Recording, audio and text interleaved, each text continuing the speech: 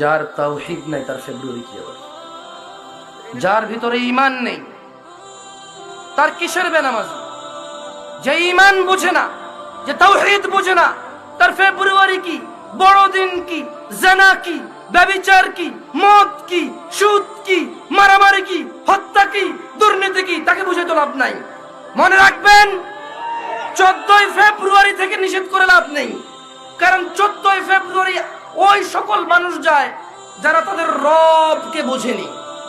মনে রাখবেন, আমি আজকে রবের সাথে পরিচয় করে দিয়েছি এদের।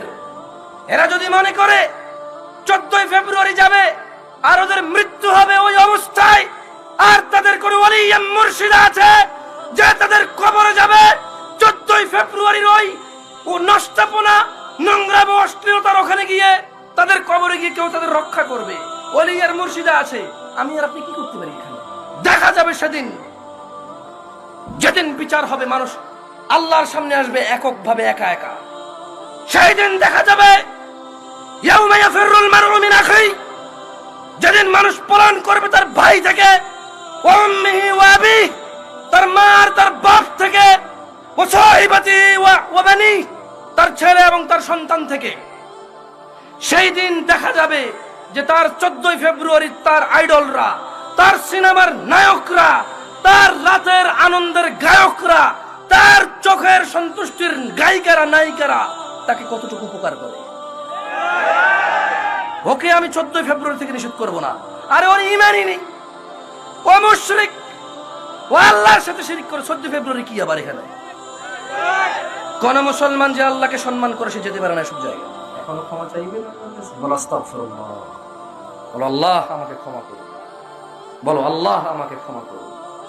সবাই বলুন আল্লাহ আমাকে ক্ষমা করুন। আস্তাগফিরুল্লাহ, আস্তাগফিরুল্লাহ, আস্তাগফিরুল্লাহ। বলুন আল্লাহুম্মা গফিরলি। সবাই আল্লাহুম্মা গফিরলি, আল্লাহুম্মা গফিরলি, আল্লাহুম্মা গফিরলি, আস্তাগফিরুল্লাহ। এইভাবে ক্ষমা চাই, শিখাই দিলাম না, আমি জিকির করাই নেই। মানে এই যে এতক্ষণ থেকে বলতেছি যে আল্লাহ বলছে ক্ষমা চাইলে ক্ষমা করে দেবে, ক্ষমা চাইলে ক্ষমা করে দেবে। ক্ষমা কিভাবে চাইতে হয়? আজকে আমাকে আমার ঘনিষ্ঠ একজন ভাই, অনেক ঘনিষ্ঠ, তিনি আমাকে বললো যে মজুমদার, আচ্ছা তওবা কিভাবে করব? মানে ওনার মনে ইতস্ত আসতেছে যে ওনার তওবা করা উচিত। তো উনি আমাকে বললো যে তওবা কিভাবে করবো? তওবা কিভাবে করবেন? মানে তওবা মানে ফিরে আসা। তওবা মানে কি? ফিরে আসা। মানে আপনি যে অপরাধ করতেছেন সেই অপরাধ থেকে ফিরে এলেন কার ভয়ে, কার কাছে লজ্জা পেয়ে? তো আপনি যে অপরাধ করেছেন আল্লাহর ভয়ে ফিরে আসছেন, এটাই হচ্ছে তওবা। এবং আপনি পরবর্তী সময় ওই অপরাধ করতে যাচ্ছেন, ভয় লাগতেছে, লজ্জা পাচ্ছেন আল্লাহকে, এটাই হচ্ছে তওবা। বুঝে আসছে না আসেনি? আর মাপ চাই কিভাবে বলুন তো? ভুলে গেছে সবাই। মাপ চাই কিভাবে? তওবা হচ্ছে আস্তাগফিরুল্লাহ, মানে আল্লাহ আপনি আমাকে ক্ষমা করুন। তো শুনুন হাদিসটা পরিপূর্ণ করি। আল্লাহ সুবহানাহু ওয়া তাআলা বলছেন,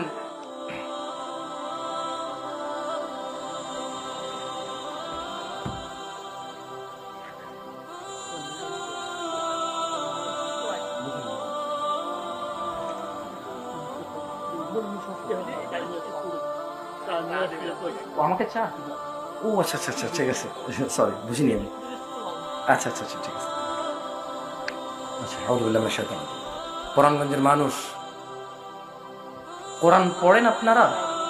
আমার গ্রাম, আপনার গ্রাম, আমাদের বন্ধু বান্ধব সবার গ্রাম কিন্তু প্রায় একরকম। মনটা শক্ত হয়ে গেছে, কোরআনুল কারীম তেলাওয়াত করুন। আর আপনাকে বলি, ওয়াজ মাহফিল শুনেন, ঠিক আছে, সবই ঠিক আছে। মনে রাখবেন, কোন হুজুর আপনার জন্য যথেষ্ট নয়, কিন্তু আপনার জন্য কে যথেষ্ট?